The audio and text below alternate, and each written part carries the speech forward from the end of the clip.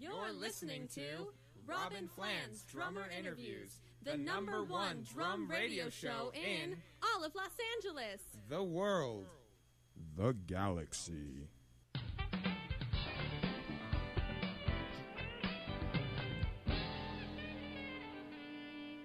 Hi, everybody. This is Robin Flans, and I'm sitting here with my co-host, Ed Eblin. Welcome, everybody. And I want to tell everybody that they can use their chat feature, their live chat feature on their computers to engage with our very special guest today, who is Gregg Bissonette. Yes. And I finally had the opportunity to see my dear friend Gregg play a Ringo concert a couple of weeks ago, thanks to Ringo's publicist, Elizabeth. And, well, oh my God. Oh, Gregg and I have always shared our mutual love of the Beatles, and so knowing how he's felt all these years about them, all I could think about was the smile on his face and the joy in his playing, and at times I cried and I screamed, and I mean, of course, seeing Ringo made me cry because, I mean, once a Beatlemaniac, always a Beatlemaniac. And, well, I got to say my enthusiasm didn't win any friends in the seats around me, but it was an amazingly great musical night. And, well, Gregg and I have a lot to talk about on the show today. And, well, aside from that, everybody needs to know that Gregg and I go all the way back to the 80s. And I've watched his career over all that time. There are very few drummers who are as versatile as Gregg, and I mean, you know, not even just to mention, even the Ringo All-Stars is just an amazing, versatile gig. But I mean, from, you know, Maynard Ferguson to David Lee Roth, and I mean, it's craziness. I mean, the amount of work that Gregg has done, and we're going to talk about hopefully at least a smattering of all of it. So, enough of me. Let's welcome my dear old friend Gregg Bissonette to the show today. Hey! Yay! Thank you so much. Thank you for that wonderful introduction, Robin. And it's an honor to be on your show with you and Ed. You're both great friends of mine, and what an honor to be asked. Well, Gregg, I mean, all I kept thinking about sitting there in those seats, and they were great seats, by the way. Thank you, Elizabeth. All I kept thinking about was what it must be like to be you up there and looking over from your drums and seeing Ringo Starr drumming next to you. It's unbelievable, Robin. It's like a dream. It's you feel like it's so surreal that you can't believe it's happening. And it's been 13 years now. In 2003, I got the gig playing in the band Ringo and the Roundheads, which is the band that plays for the TV shows and things, press when he does his albums. But then in 2008, I remember in about 2005, he said, "Oh, I love playing with you. I'd love to have you in the All-Star band, but you know, we got a prerequisite where you have to have 2 top 10 hit singles or something like that." And I said, "Well, that'll never happen." And about 2 years later, his attorney, Bruce, called and said, "Well, Ringo's run out of top 10 drummers with hits. He wants you to be in the band. He loves playing with you." And I just, like you said, I just started crying. I was going, this is unreal. And since 2008, since 2008, I've been right there alongside of him in the All-Star band. And you look over, and that's the guy that my dad took me to see the Beatles when I was 7. And that's the guy that is right there next to me. I have a really funny story to tell you about. The 3 weeks ago, we were in Detroit, and is it okay to elaborate a little bit? Go. So we're playing in Detroit, Michigan, my hometown, and I had a lot of friends and family at the show, and after we finished our sound check, I had just gone out and said hi to a bunch of people out on Woodward Avenue, which is the main thoroughfare there, downtown Detroit, where the Fox Theater is. And right across the street from the Fox Theater is Tiger Stadium, where I used to see the Detroit Tigers play baseball. Now it's called Comerica Park. And there was a doubleheader game, and the city was buzzing. I looked to the left, and there's where the Detroit Lions have their new home, Ford Field. And Guns N' Roses was doing their first of a reunion, some sort of a reunion. Matt Sorum wasn't there. And neither was Steven Adler, so I don't know how much of a reunion it was. They were billing it a reunion, so everything's a buzz over there. And then the Fox is just completely a buzz, sold out in like a half hour for Ringo. And I'm just out there going, I can't believe I'm playing the Fox with Ringo. And I go in and I said, Ringo, 50 years ago, this August 13th, I saw you with the Beatles just a few blocks from here in what was Olympia Hockey Arena where the Red Wings used to play. And he said, really, just a few blocks from here? I said, yeah, it's torn down now, but it was just so amazing. And I had a picture on my phone that I had showed him the night before, a sepia-toned photo of myself with Gene Krupa, and my dad and my grandma were behind me, and my mom was taking care of my brother and sister at home. And he said, wow, is that Gene Krupa? He really loved Gene Krupa. And I said, yeah. And so he goes, okay, so who did you like better, that guy on your phone or me? And I said, hands down, you. My dad took me to see Gene Krupa play with the reunion of the Benny Goodman band. I got the picture, but I begged my parents to see you. Hands down, you. And so we play the show.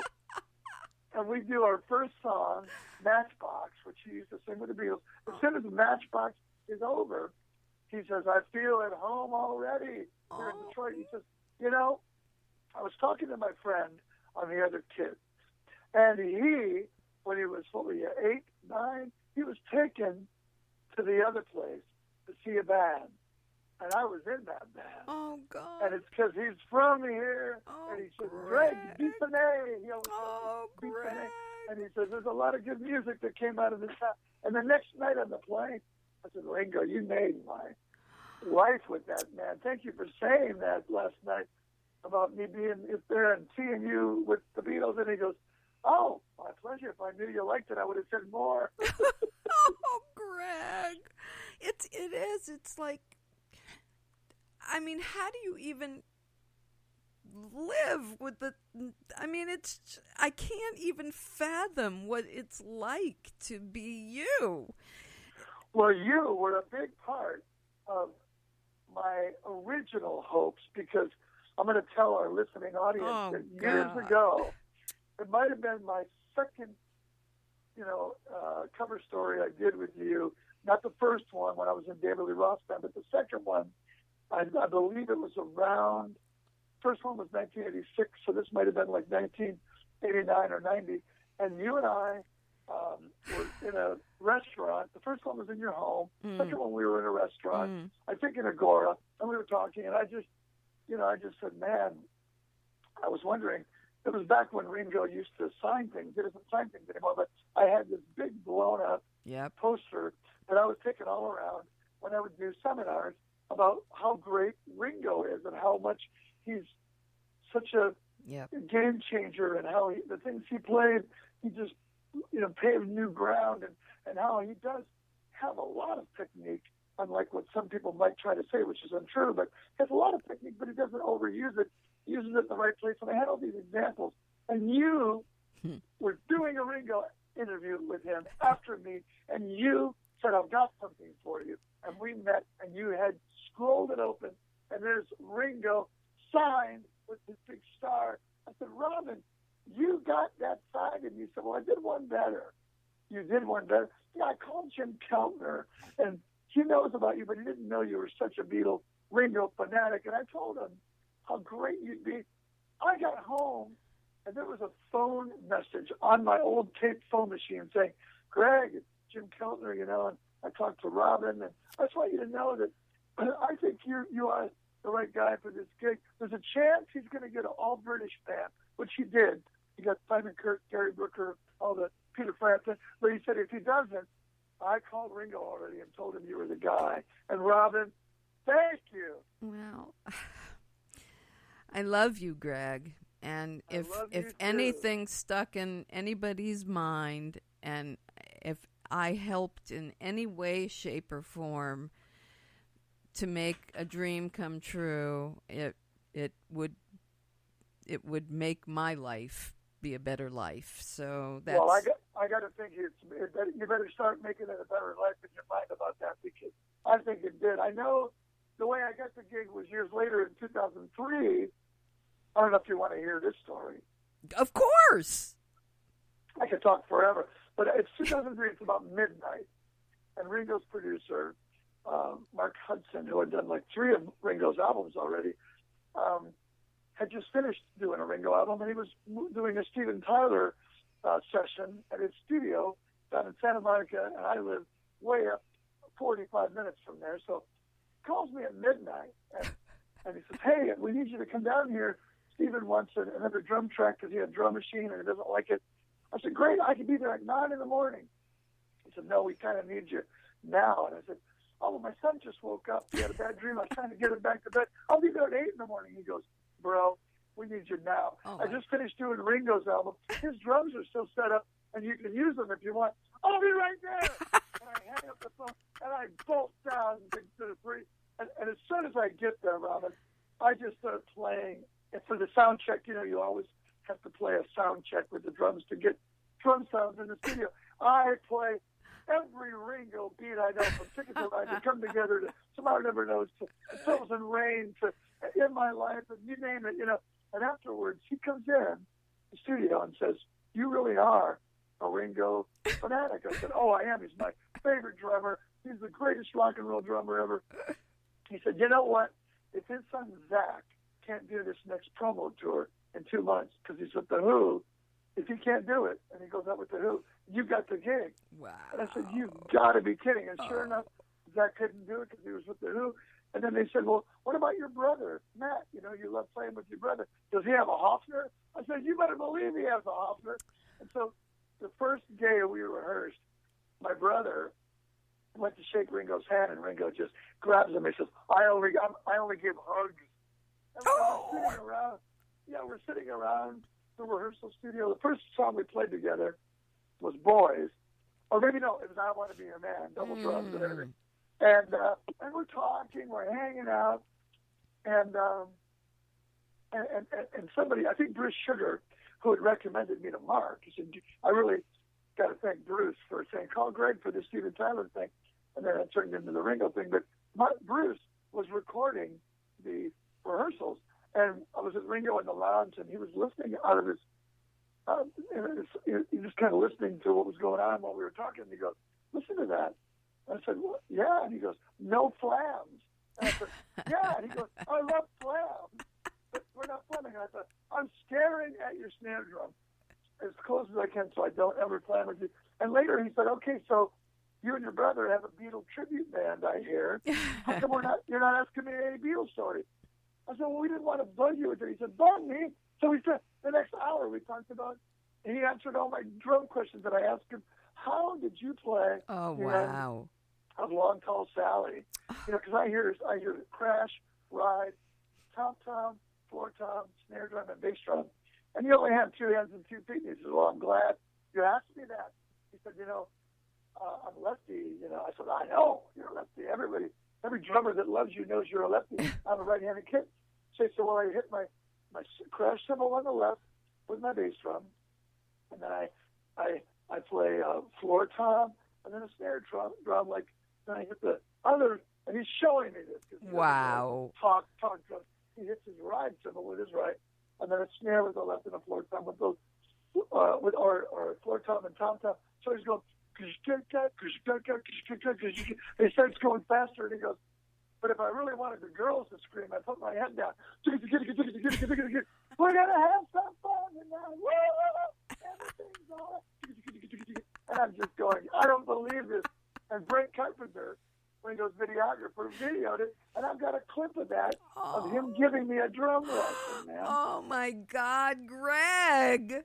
And if I could say one last thing, he says, I gave my son Zach his first drum lesson. I said, "Well, what'd you show him?" He said, "Well, I showed him the beat." I said, "The beat? Which beat?" He has a lot of beats. And he plays 8 notes on the hi-hat, 1 and 3 on the kick, and 2 and 4 on the snare, and it goes, doonch, dots, doonch, dots, doonch, dots. I go, oh, of course, that beat. And he says, and after about a week, he really got that down. So I showed him the other beat. I'm thinking in my head, wow, like a bossa nova, like a Gene Krupa sing, floor tom thing. What other beat? Because Ringo played, bossa novas, Right. shuffles, all kinds. And he said, well, the other beat. And he goes, touch, boom, boom, bot, touch, boom, boom, bot. The other beat. Okay. What else do you need, right? So I want to ask you, when you play double drums, can you talk about working out some of those drum parts together? I mean, I was particularly fascinated by some of the Toto songs. Well, that's funny you would say that, because Let's Go to Rosanna. Yeah. He literally came up to me when this version of the All-Star Band in 2012, and by the way, this is the longest version of an All-Star Band going into our 4.5 years now. And he just loves the band and loves everybody and loves the song. We all are really close friends. And it's just, he said something funny a couple months ago. He said, well, I'll see you in June. I said, yeah, I can't wait. He says, if we do this band much longer, I've been in this band longer than I've been in the Beatles. And so he came up to me in 2012, on the riser. We got our risers there. And he said, what do you think I should do on this Rosanna song? He said, because I'm not, the guy that does all those, he didn't call them ghost notes on the snare, but, the Jeff Porcaro ghost notes in Rosanna, which are reminiscent of so many cool shuffles and stuff. He said, that's not really my thing. I said, yeah, just play whatever you want. He goes, I'm asking you, brother, what should I play? I said, well, what if you just went doot, dot, like instead of doot, dot, doot, doot, with all the grace notes, what if you just went boom, bop, boom, boom, bop, boom? He goes, oh, all those syncopated bass drum notes. And I said, well, you know what? Why don't you just have fun and play whatever you want? Just go boom, bop, bop, and I'll do all the other little fills and Right. But you know what's great is that Lukather turned around the first time, because Ringo plays off of the lyrics. He follows the lyrics, doesn't get in the way of the lyrics, but the lyrics inspire him. Once he said, what are you writing on those notes there on your cowbell? I said, well, all these guys change songs around and endings. I'm just making notes for us, so I don't like making mistakes. He goes, well, you keep writing those notes, and you cue me, because I don't want to think about it. So there's one time Lukather turned around, and I'm like, what was that? Because when it goes, what? Meet you all the way. Well, Ringo just felt, because the drums rest when the vocals say, meet you, and then we come in with a crash. Right. All the way. And Ringo just thought, well, meet you, and I'm you. He hits a snare flat. Meet, oh, and Lukather went, wow, oh, like, what was that? And then he goes, I love that.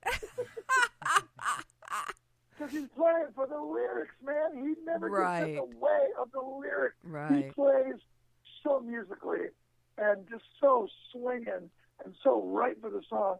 And he respects the words to the song. Interesting. It cracks me up.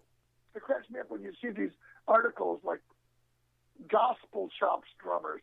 Gospel chops. You mean drummers that play in church and play the gospel, praise songs? Like, we're going to sing Amazing Grace.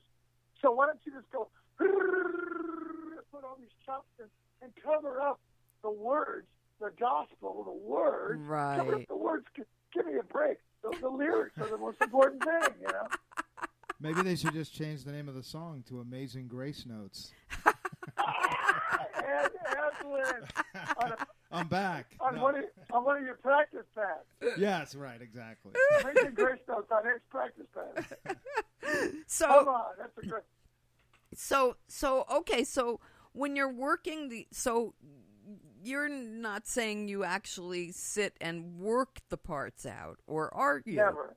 No. What we do is I work on the songs at home. With the miracles of modern technology, you'll get an MP3 of a song for the set, and a whole set of MP3s. So you go play on your drums at home, and you jam along with them, and Ringo plays and jams along with them, at his home, and then you meet together. And I'll tell you, everybody in all the all-star bands I've been in, whether it's Rick Derringer, Wally Palmer, Edgar Winter, Hamish Stewart, Richard Page, Billy Squire, Gary Wright, Colin Hay, Steve Lukather, Todd Rundgren, Greg Raleigh, Todd Rundgren, you name it, Warren Ham, Mark Rivera, whoever it is, they have always really well done their homework. And so Ringo's no exception. He knows these songs, But so when you sit down to play them, especially when, he lets everybody kind of be the musical director of their particular song. Right. So, for better or for worse sometimes, I remember Billy Squire trying to redo this one version of The Stroke, and Ringo, he goes, okay, I want you to both go, and Ringo says, I'm not the guy. Gregg will do that. He goes, I don't have a double pedal, but he has a double pedal, so he'll do that. And Billy's going, no, I want you to both do it together. Oh, no. Billy, I'm not doing that. And then we're doing all, so, okay. So then we're doing all this stuff, and he changes this, and he changes that, he changes this. And then Ringo says, Billy, I might as well do a little help from my friends like a waltz. Nobody's going to recognize this song.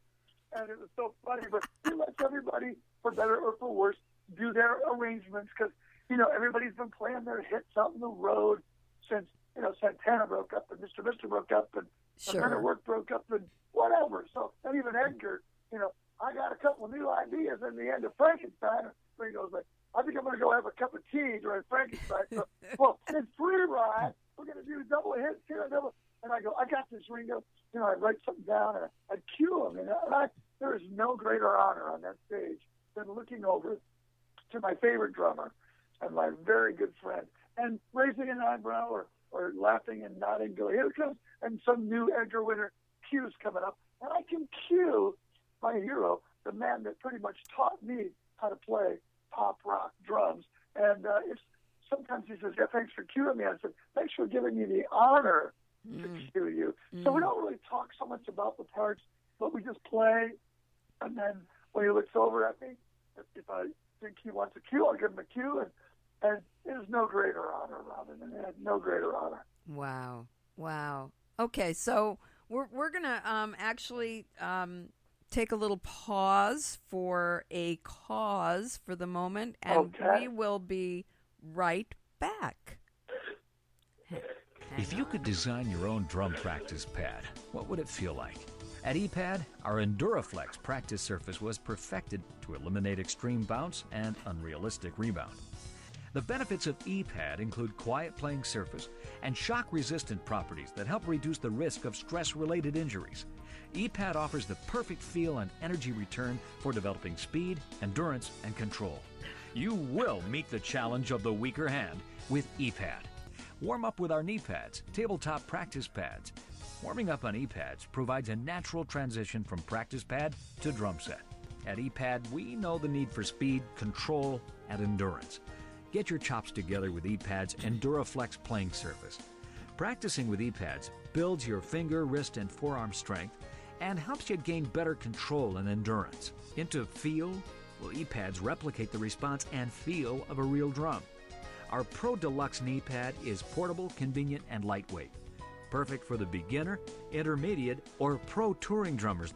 Find out why our products are a must-have. ePad, your source for high-quality drum set practice pads and accessories.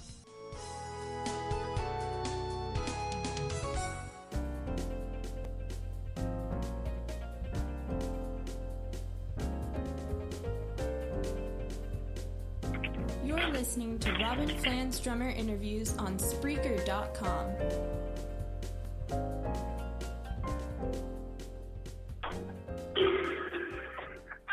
Be sure to check those pads out at epadco.com. That's epadco.com.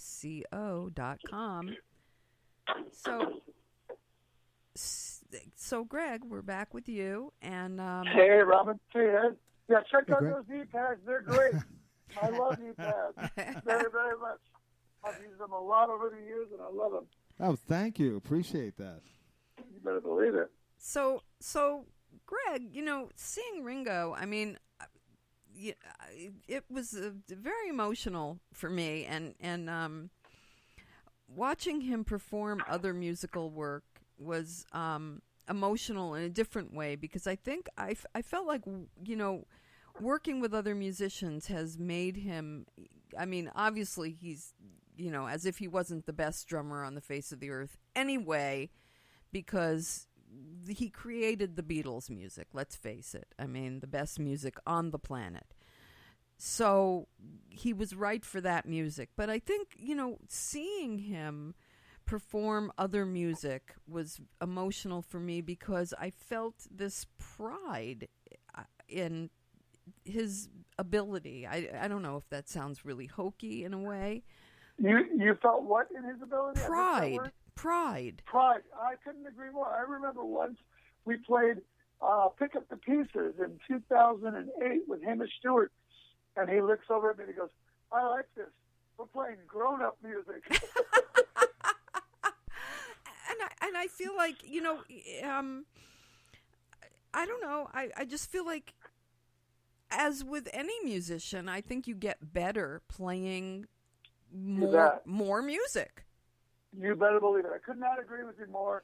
All of us grow whenever we, it's like the old saying, a turtle grows. I don't know if it's really an old saying or if it's just a stupid saying, but somebody said something like, the turtle grows most when it's out of its shell. I don't know what that's supposed to mean. But anyway, when you're out of your comfort zone, you kind of, you adapt and you grow. And I mean, I think that's true with all of us. And it's fun to watch it with Ringo because, he's playing Broken Wings, he's playing Kyrie by Mr. Mister, he's playing Hold the Line, Africa and Rosanna by Toto. He's playing Bang on the Drum All Day, which he played back when he was in the band with Zach. Todd's done several tours, but then he plays In Your Eyes, In Your Eyes, and there's a flipping tom-tom thing that flips and goes boom, boom, in the beginning of the bar, in the beginning, then it goes pop, boom, boom, at the end of the bar later. And then there's songs like Love Is the Answer with Todd, which is he's using blast sticks on that. And then he's using, he puts a tambourine in the tea towels and all that, like he used to towel and the tambourine over his toms when he plays Broken Wings. He plays Cajon. Yeah, I Richard know. Page, And then goes over there on his Cajon, both of them. No, Funny. it was a real moment of pride for me. I don't know why. It just, Well, here's something to think about. When he's playing on that Cajon, think about the fact, and I know you know this, and most Ringo fans know this, but he played percussion on so many Beatles songs and Ringo songs and even songs for other people. He is a great percussionist, whether it's tambourine or maracas or castanet or timpani or,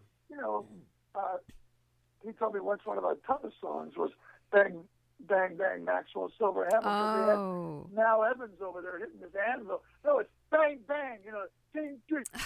But he played so much percussion. He's not only an amazing drummer, but an amazing percussionist. Back when bands never played on their own album. Right. And if you did, you sure didn't get called in to play percussion. Right. They hired some session guy. He was the greatest because of that. Played all their own songs, played percussion. Gosh, amazing. And so that Cajon is kind of an extension of that. And I don't know whether everyone knows that. Only Beatlemaniacs. So, like you and I had. So, I mean, okay, so I just have to ask you, can you give us a little insight into what might be since this is probably the closest I'm going to get to him for a little while, can you give me a little insight into what might be the most fun for him during the show, maybe? Oh, yeah. Well, I don't know as far as the most, but I'll tell you a style that you wouldn't normally associate to Ringo, but he plays the heck of.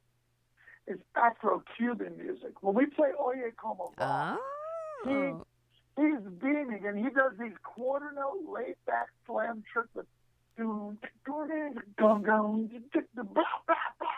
he gets a big kick out of cueing Warren Ham or Mark Rivera, who's ever playing sax, percussion, singing, and all that. He'll cue the blah, blah, blah, and then we'll let a couple bars go by, and Warren will do it. And then a couple bars go by, and I'll do it, maybe on timbales and a tom-tom. And then sometimes he'll do it, or sometimes he won't. It's like, it's kind of like a kid. Like you're looking at him and you're going, is he going to start this? You really have to be on your. You have to really be on your toes. Oh man, it's the most fun being on your toes because it's not stressful on your toes. It's just fun on your toes. Like he'll just look over with that look of his, and he'll go, "Yeah, I'm going to play it right here." And then we just respect him so much, we copy it every other bar. And then sometimes he'll just look, and he won't play it. And then a second later he'll look at you like, "Yeah, I didn't play it that time." You know, and when the guys come up on the riser to jam with him, I mean, he loves being in a band. I mean, we travel around on an amazing, we call it Air Ringo, an amazing private plane. And when he's in that private plane, he's in the band. Is he? Just like you could imagine when the Beatles were in hotel rooms and they'd get adjoining rooms, and it was the four of them. Everywhere they went, it was the world and then the four of them. Them against the world, or them with the world. But when he's on that plane with us, what is it, 11 of us total with management and everything and security, when we're there, or when we're backstage, and we don't really do a huge open backstage with 1 million people, we just hang. And he loves to talk. He loves to talk about. I remember playing Mexico City with Ringo about 4 years ago, and I looked out of my hotel room window, maybe 5 years ago, and I opened up my window, and all the way down this main street in Mexico City, in front of our hotel, was just screaming fans of all ages. Oh my gosh! What happened? Uh-oh. What? We lost you for a minute. Oh, well, we were in Mexico City. We're playing there. I opened my window. People are going nuts, screaming, Ringo, singing Yellow Submarine. With a little help from my friends, it's just a mob scene out there. Oh, my goodness. The street is shut down, guys. And then I look to the left, and I see, because I know the drummer, he's a buddy of mine, and I see to the left of me the same kind of thing, equally as huge, is happening for Justin Bieber, who I know the drummer, and I'm a fan. I'm a daughter, you know, and I know all the songs. I've seen Justin Bieber 10 times, and I know his drummer is a good buddy of mine, and so I go, yeah, they're staying next door. And that hole for a mile is blocked out, right? The girls, Justin, baby. And I just look at this whole street shut down, and my door was open in my hotel room, and he walked by.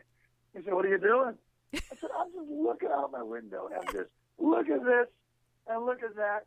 It's like the city is shut down. He said to me, this is so cool. He goes, imagine that times 10 every day for 10 years. Wow. Yeah. Wow.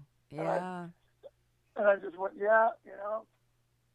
Unbelievable. But when he's with the guys, that's why, you know, he loves being in a band. And so that's when he's happiest, I think, in a long answer to your short question. Yeah. So, you also sing background vocals on the gig. I love to sing. I've always loved to sing. I just, you know, even on my solo albums, I sing, you know, the songs. And I don't have a super high range. I do voiceover stuff, you know, for commercials and TV shows and stuff like that. But I have kind of a hoarse voice, and it won't last. Like singing lead for a whole 2-hour show, I'd lose my voice probably. But I can sure sing backgrounds. And we've got Richard Page, Ringo calls him our lead singer, you know, and Mr. and Mr.'s lead voice. He's just stunning. Gregg Raleigh, everybody in the band, and Warren Ham, Gregg Raleigh, Lukather, Rundgren, and everybody sings so well. And we have vocal practices. And I just love singing with these guys. And then in my in-ears, I hear all the vocals, so it's such a joy. But even in college, putting myself through college in Texas, playing in bar bands, I've always loved singing because it just makes the gig more fun. There's nothing more important than the lyrics. You know, when So you were playing a little girl, Robin, you were dancing to the lyrics. You know? So playing and singing, I mean, that's it's always been a thing for you. It's always been easy. Singing and playing has always been easy just because it's all I ever knew. I used to sing in bands, you know, in junior high. And, you know, we'd sing Beatle tunes, Zeppelin, Aerosmith. And we'd have a lot of singers in the band. My brother, Matt, is a great singer. He sings on all his own solo albums. He's in Elton John's band for the last 4 years. He sings a lot on that gig. And so he was one of the singers in our middle school band, high school band, college band. My brother and I have played together so much. But we always had singers, kind of like the Eagles. You know, you'd trade around with people not unlike the All-Star band. Once Don Henley's going to sing. Once Joe Walsh is going to sing. Now Timothy B. Schmidt's going to sing. Oh, and then Glenn Fry would sing. And that's kind of like the All-Star band. You throw it around. You pass the ball around. So I got So I got to ask. I mean, through the years, you've had the opportunity to play with like an amazing array of artists in the All-Star band. What have been some of the highlights for you? Well, that's a great question, but there's only one answer, and I mean this. I really, really mean this. Don't think I'm trying to shirk your question. They have all been highlights. Oh. Because I love playing Frankenstein with the big drum solo and everything, but not any more than I love playing Black Magic Woman with the big drum solo. And I love playing Rosanna, and I used to play in Toto after Jump Pass. I know. Simon hurt himself, but I don't love it anymore than I do playing Oye Como Va, or, you know, I love playing Rick Derringer's Rock and Roll Hoochie Coo, but not anymore than I love playing Bang on the Drum all day. I mean, they're like your kids, you know. Which one do you love more? I love them all the same, you know. So it's just that kind of thing. They're all great songs, and they're all a piece of my life. There's not one Ringo All-Star song that I've played since 2008 that I didn't listen to a lot in my life. And from the time, I mean, Edgar Winter, we played that in my high school band, Frankenstein and Free Ride, you know. So. Okay, all right, that fair enough. And then again, some of the Beatles songs. I mean, well, those would be the most. I got to say, you know. I mean, little help from my friends. Come on. When I had a middle school jazz band, I think I pitched in $5. Everybody in the band pitched in $5 for $50 or something. We went down and we bought an arrangement for big band with a little help from my friends. So, you know, Billy Shears, come on, that's got to be the greatest. And Yellow Submarine, for crying out loud. I remember New Year's Eve when I was about 10 years old. I stayed up late to watch the Yellow Submarine thing. It was a special on New Year's Eve, and I woke up in the morning and I started crying because I fell asleep at like 11:45. I was so tired. I was 10. But, you know, Yellow Submarine, Photograph, oh my gosh. Or It Don't Come Easy. I remember getting the single to It Don't Come Easy right after the Beatles broke up and Ringo had that single. And I just remember if I flipped it over, you know, those Apple singles, one side was the green apple, the other side was the cut of the white part of the inside. And one was It Don't Come Easy, the single, which one of my all-time favorite songs to play. And you flip it over, do you know what the other side was? What? It was a B-side of Ringo's. There was a great song called Early 1970. Yeah, you probably haven't heard the song. I don't know. It's called Early 1970, and that was the B-side. I remember playing, I think it was the green side once of Revolution. And my dad came home from work because he was a drummer. My mom played vibes in his band. My sister played guitar. My brother played bass. We were a super musical family. And right before dinner started, I kept playing that over and over and over again. And my dad said, "You ought to turn that over because I know what's on the other side of that song." And I said, "Really? It's a slow song." I don't know. He goes, "Well, it's a slow song, but it's huge, Greg. Turn it over." And I didn't know, but it was already number one on the radio. A little song called Hey Jude. Oh, yeah. That single I was well aware of. Yep. Oh, yeah. One of my favorites. Oh, yeah. Oh, yeah. So, Greg, can I just interject? I'm just curious about this. But what was your first drum kit at that age? Was it a sort of a retail store thing, or did you go out and buy a semi-pro kit when you first got into all this? Great question. My kits were my dad's kits, and this was my kids.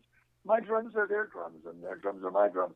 My dad, when I was little, like 4 years old, and we lived in kind of downtown Detroit, he had a white mother-of-pearl Slingerland kit, just a 4-piece.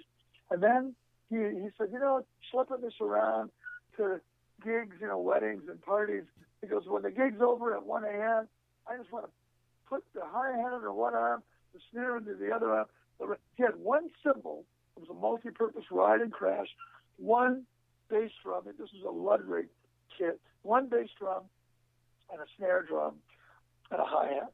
So hi-hat, snare drum, bass drum, and a ride cymbal. They all could be carried to the car in our Volkswagen bus, and he'd be home by 1:30.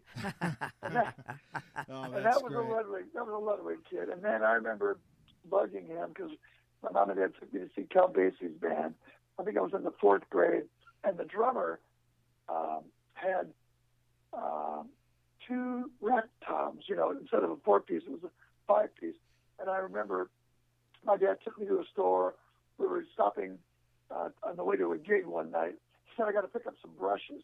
It was about 5 o'clock, and the gig wasn't until 9. I was going, why are we going to this music store? And why are we going to the gig store? And then he goes, look at that drum set over there. And there was a silver sparkle Apollo kit. And Apollo was a brand. Oh, my! No, I had an Apollo kit as a kid. That's amazing. You did? I didn't think anybody else in the world knew about those drums, but I actually had one, well, yeah.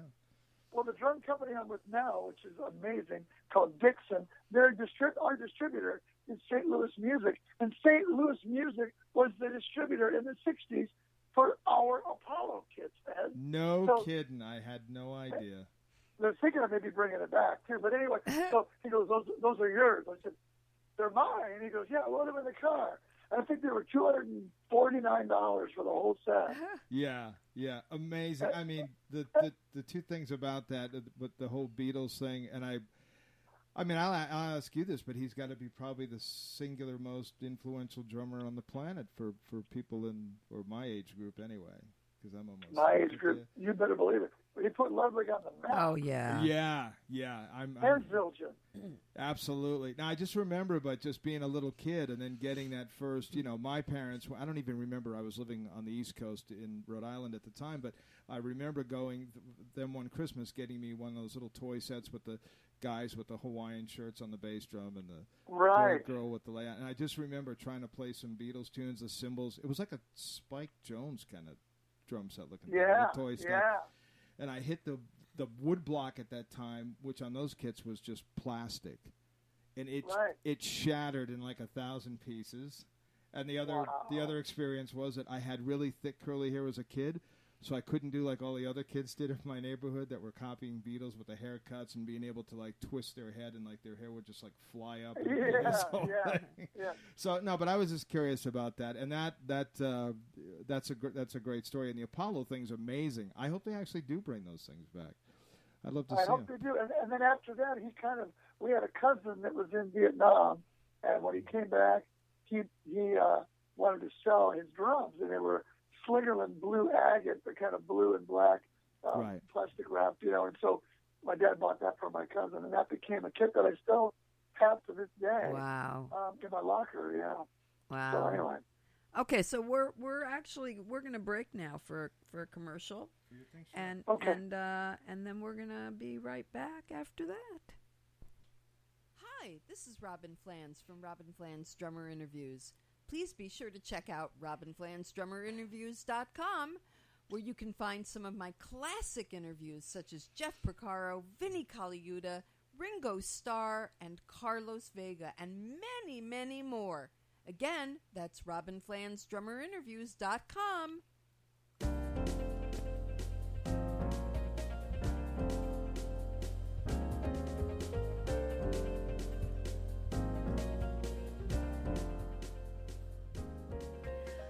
I want to take a minute to let everyone know that you can share these interviews with your friends. They are free. And I want to let everyone know that next week's guest is with the incredible percussionist extraordinaire, Lenny Castro.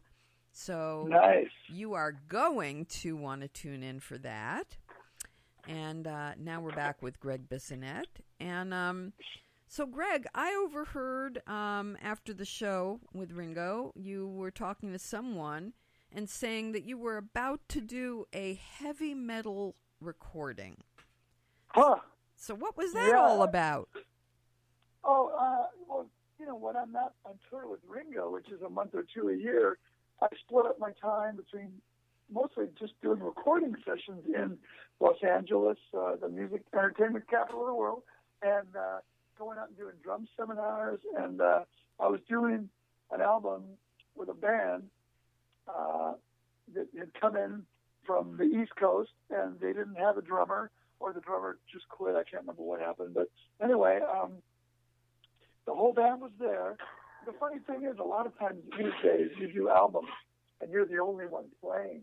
They often say, well, we're done with the album, and now we can afford to put real drums on it. And so you end up going in the studio with your drums and overdubbing, to click track. And so it was one of those kind of things, Robin, where the band had already recorded the songs, but it was very, I don't know, it was kind of prog. It wasn't really, some of the songs were sort of like old Van Halen. Some of them were kind of Dream Theater-ish. A couple of them were kind of Mars Volta-ish. A lot of playing, a lot of filling, and a lot of really fun. I just love playing different styles. I love all styles of music. And one of the great things about being a recording session drummer is that you never really know what your next session is going to be. And oftentimes you show up, and like I went to Henson Friday and Saturday with Lee Sklar, one of my favorite bass players. And we both showed up, and they put the music in front of us, and we played. But it wasn't until they said, let us play this next song for you. This is a different project. It was the old A&M, before that it was the old Charlie Chaplin Studios.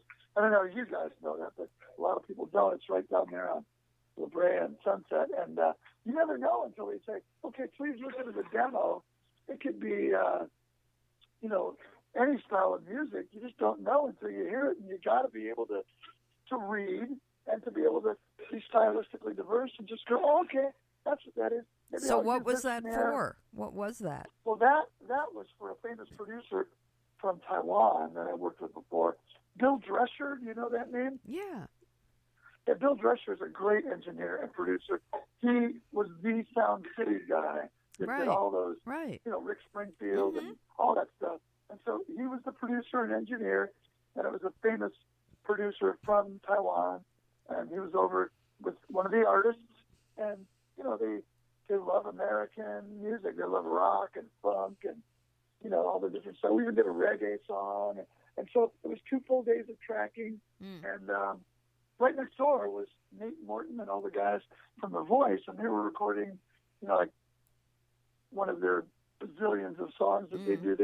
They were doing like 10 songs in a day. I think we did 3.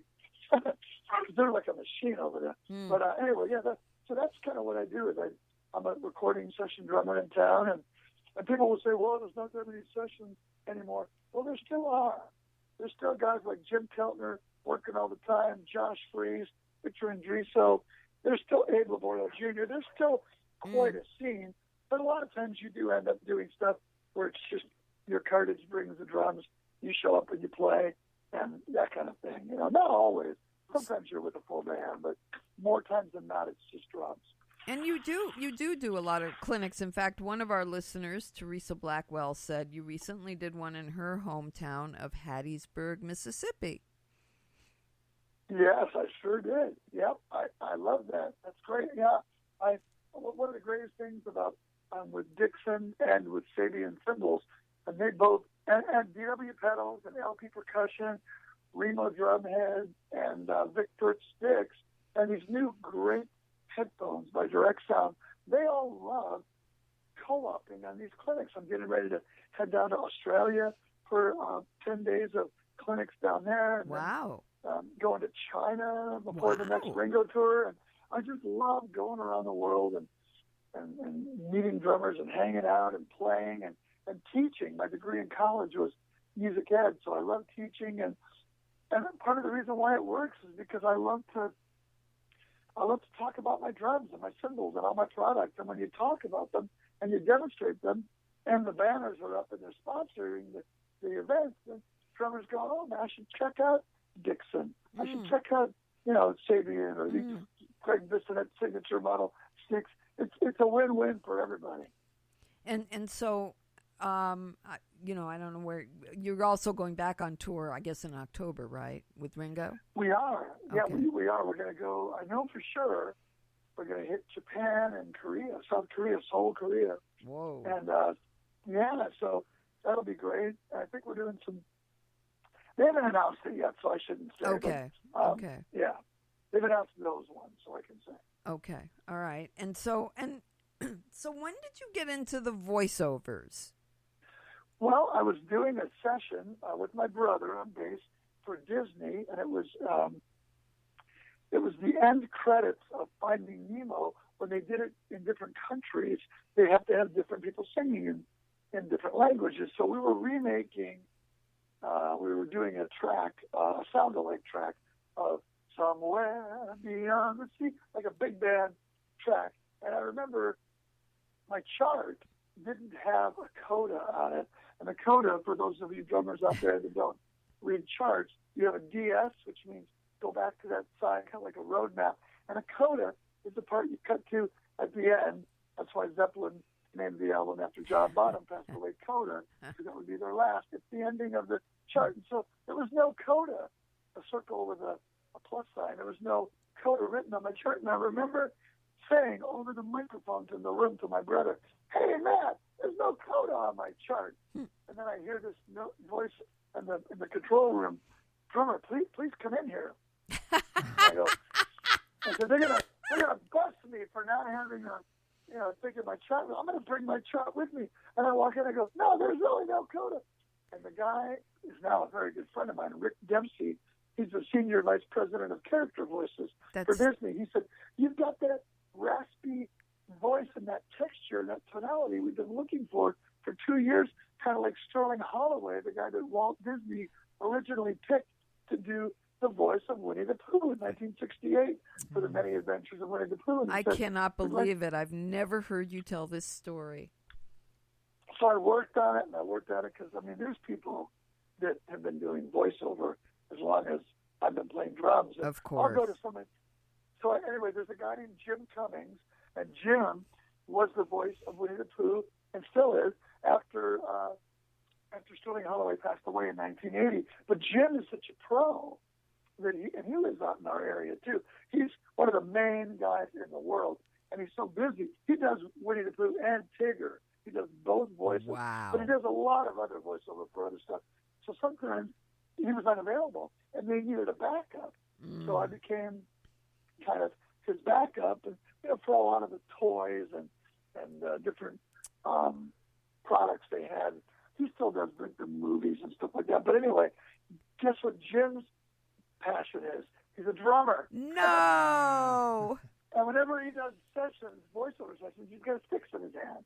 So and Danny Seraphin introduced me to Jim, because we both went to see Danny at the Canyon. So I said, Jim, I feel kind of weird that, I'm subbing for you on these gigs, and, this is your gig. He goes, hey, don't feel bad. He goes, if you wouldn't have done it, somebody else would do it. So I'm glad that a drummer's doing it. That's so funny.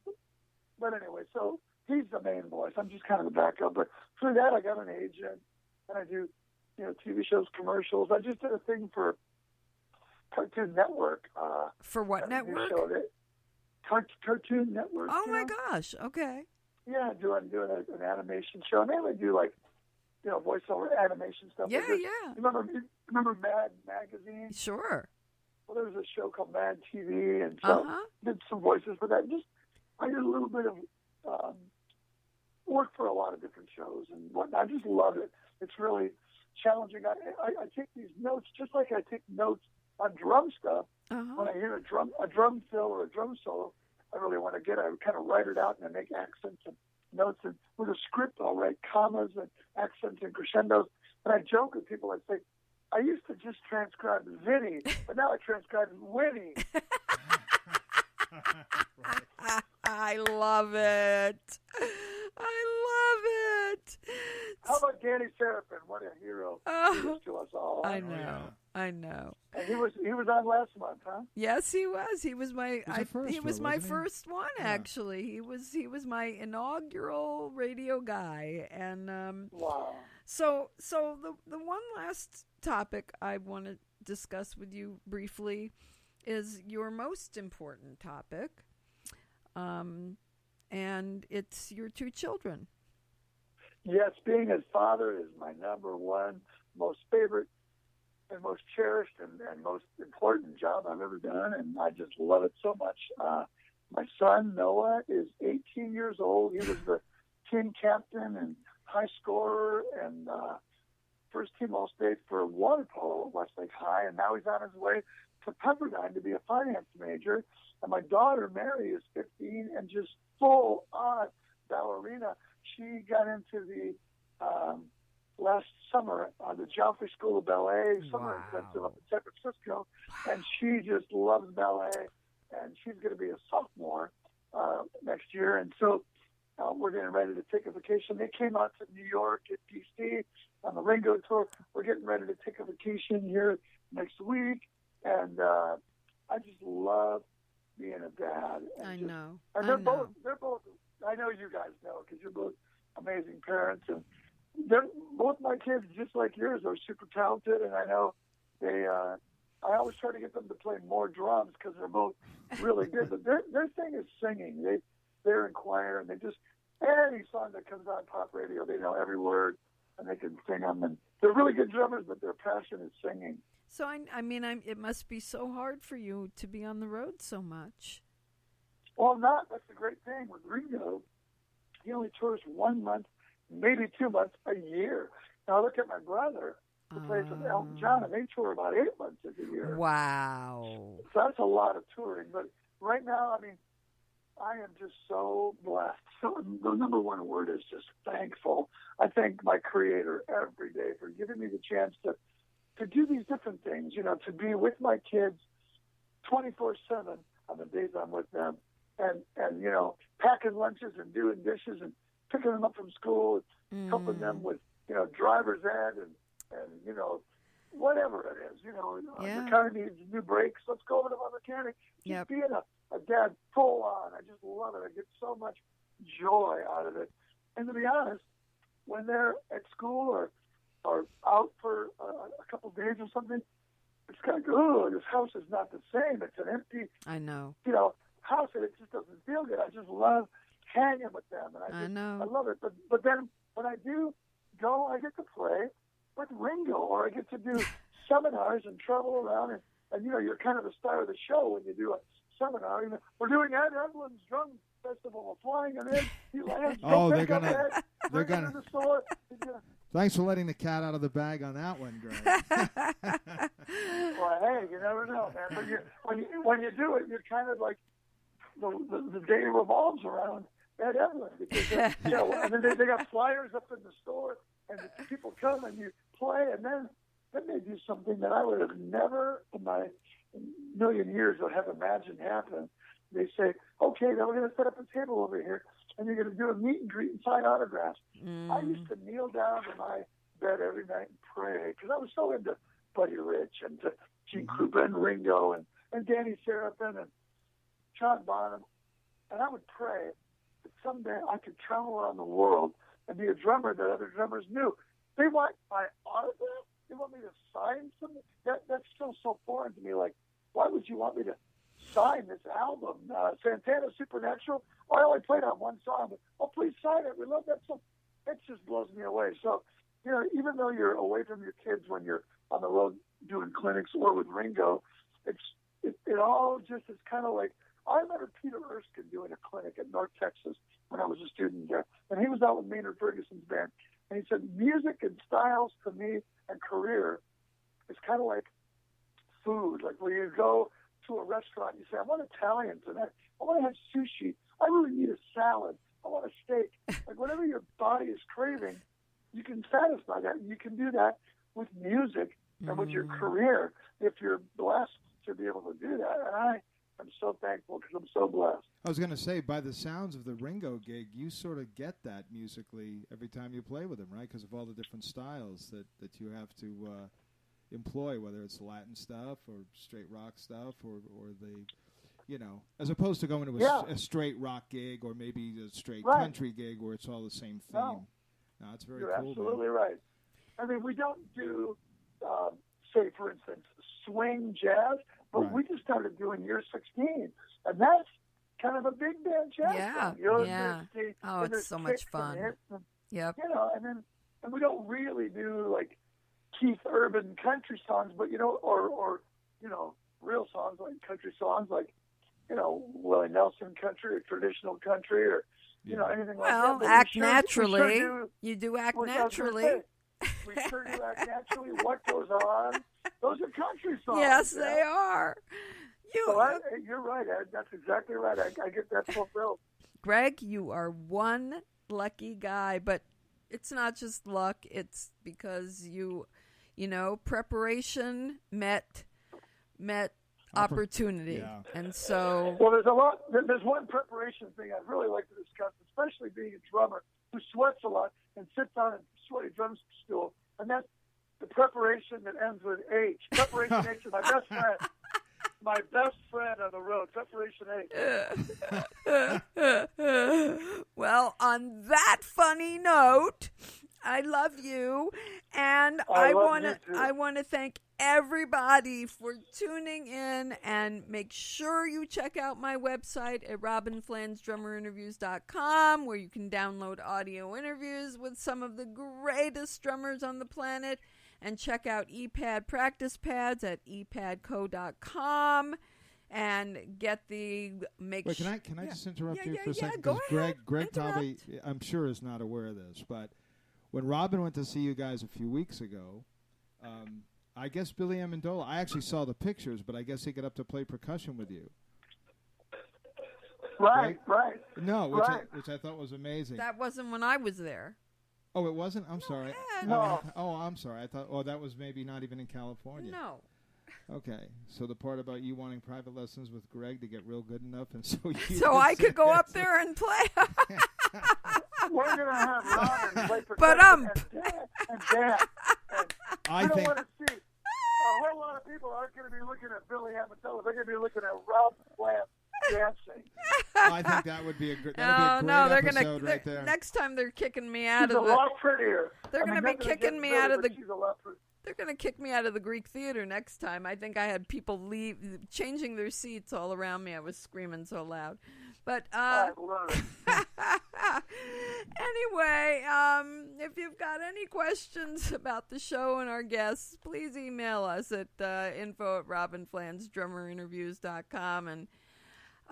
And don't forget, next Wednesday, July 27th at 2 p.m. for Lenny Castro. And you want to tune in to spreaker.com/RFDI. And, boy. You want Gregg to hang for a second after Yeah. We'll but thanks, Gregg, everyone, for listening. And most of all, thank you to my dear friend, Gregg Bissonette. Thank you so much. What an honor. Thank you. Thank you, Gregg. Thank you.